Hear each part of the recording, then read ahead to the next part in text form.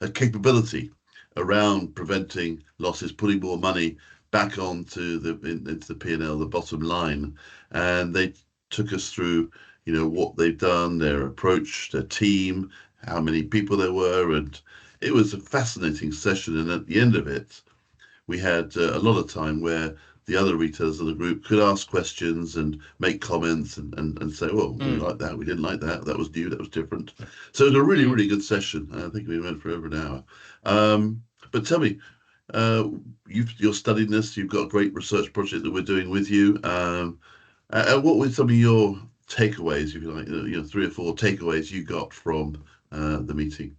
Yeah, absolutely. So before the takeaways, let me say that I was really impressed with the presentation, and I thought that it was, I don't think I quite appreciated the complexity of that organization, that they had a supply chain that is a bit more involved or internal than some of the other retailers that we've seen present. So the geographic spread was amazing. The geographic spread was amazing, right? They're dealing with everything from Mexico to Australia, UK, Chile, China. It's crazy. Yeah.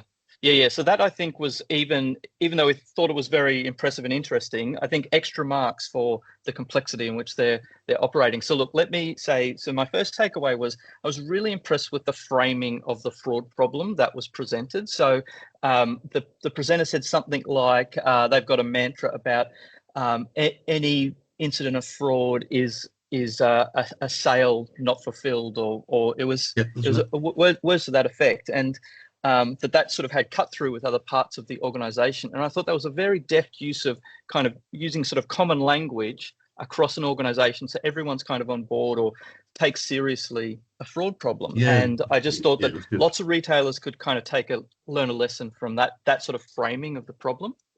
Yeah, a lost sale. Yeah, it was very clear. It was good. Yeah.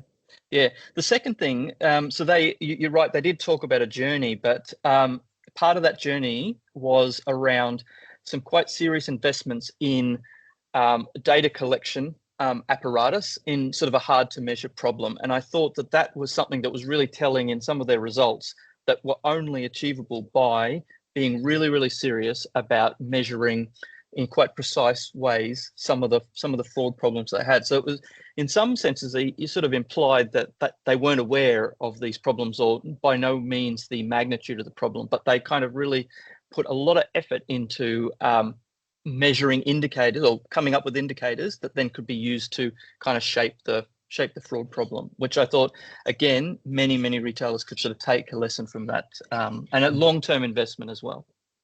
I'm not sure whether this is your third point, but linked to the data, I thought that one of the things that came across for me was that one of the changes that they've been able to introduce because of the team that they put together was they're able to accept more orders. So they became a bit less scared of the fraud, and moved from, I think, 95% to 99% acceptance of orders, and that's generated another $100 million or something to the bottom line, without, it seems, a huge uptick in the level of fraud.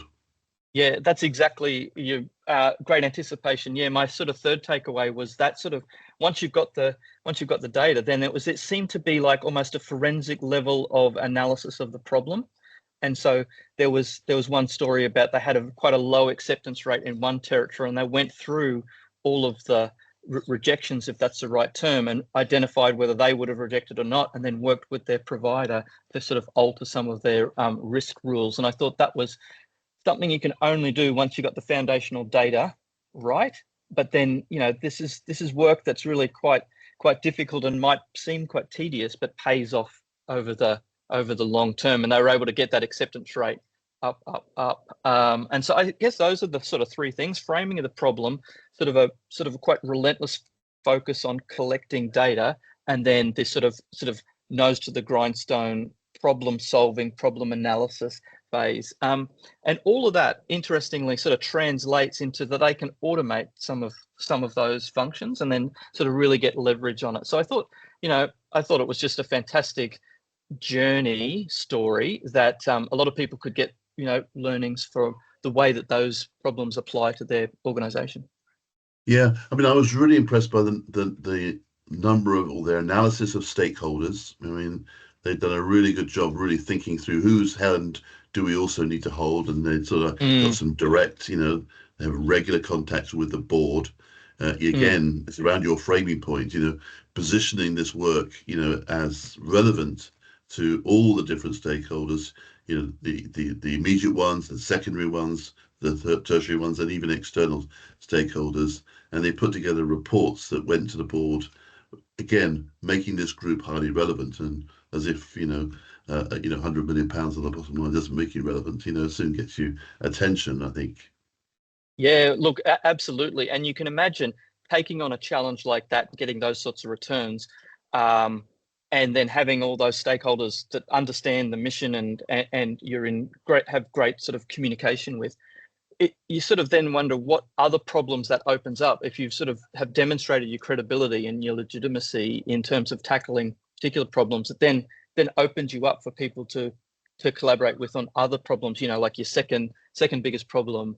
So I just think that while some of this might not sound very sexy, collecting data and grinding away at these problems, the dividend comes over the long term.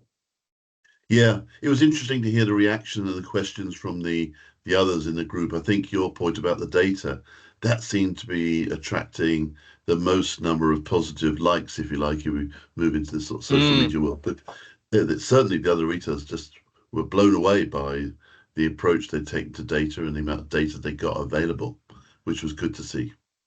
Yeah, it sort of seems like if you're not building your own dashboard, then you might want to pronto, because everyone seems to be, we're all at different stages, but are really taking the data bit seriously. And just the way that you can communicate that to stakeholders is just only going to, I guess, crystallize what the challenge is for any of the retailers. Yeah, and I like the way that, at the end, the retailers sort of talked to some of the future challenges. Crypto seemed a big one. Yeah. What do we do about crypto? Do we take crypto? So that was something interesting on their mind. But also, I guess, you picked this up in your research, but just the number of attacks, perhaps, with the scams coming out, using AI and language and modeling people's voices, pretty scary as well. So there's a lot for them to do going forward. Yeah, I think the other thing that I sort of noted was that, so it's great that you have these systems and there's this automation. I did, by the way, like the flexibility of, we want the customer service agents doing less and the CRM doing more, but clearly the service agents still have some sort of autonomy or latitude. But there were sort of like these little hints of the bad actors are adaptable. So if you remember, there was one of the things was they found a fraud ring, and it seemed to be email takeover was the vector in which they were, these bad actors were taking over good customers' accounts. And,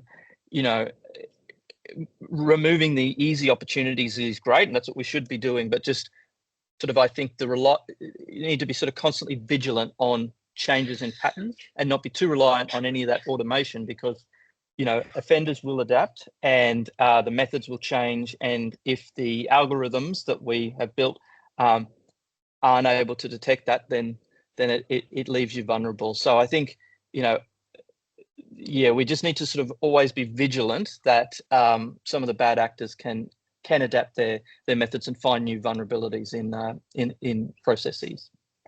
No, that's great. Well, look, thank you very much, Michael. That was a really great summary and set of notes for us to reflect on. Those people who weren't there, I think, can pick up something there and perhaps come back to some of our future meetings. But thank you very much for taking the time. Yeah, no worries. Thanks, Colin. See you. Bye-bye.